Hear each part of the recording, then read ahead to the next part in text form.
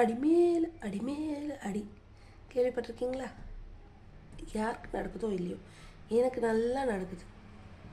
போன வாரம் தலையில் அடிப்பட்டது. கழுத்துலலாம் வீங்கி போய் சுளுக்கு பிடிச்சி ஒரே வலி, முதுகு வலிக்கும் சுளுக்கு பிடிச்சிருந்தது. அந்த மாத்திரை தீர்ந்து அடுத்த நாள் நேத்திக்கு பார்த்தீங்கன்னா ரோட்டில் விழுந்து வாரிட்டேன். அசிங்கமாக போச்சுங்கிறத தாண்டி வலி எரியுது.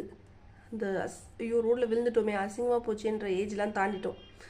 ஐயோ நம்மளுக்குன்னு ஏன் இப்படி நடக்குது, இப்போதானடா சரியாச்சு, ஏன்னா மறுபடியும் இப்படி நடக்குதுன்ற மாதிரி செம்ம அடி.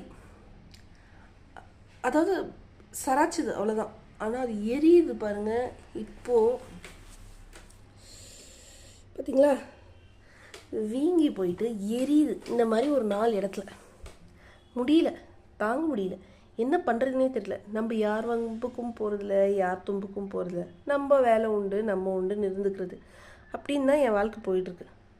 என் வாழ்க்கையில் எனக்கு இருக்கிற வேலைகளை முடிக்கிறதுக்கே எனக்கு 4 கை வேணும். 24 hours பத்தாது, 48 hours இருக்கணும்னு நினைக்கிறேன். எனக்கு ஏன் இப்படிலாம் நடக்குது? இதே மற்றவங்கள பார்த்து எரிச்சல் படுறவங்க, பொறாமப்படுறவங்க, வயிற்றெரிச்சல் படுறவங்களாம் நல்லா இருக்காங்க.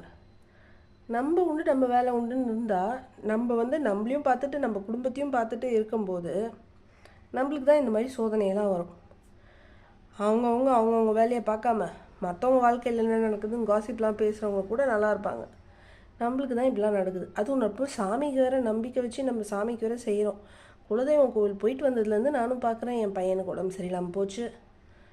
அப்புறம் எனக்கு மண்டையில் அடிபட்டுது, நேத்திக்கு சில்லற வாரினேன்.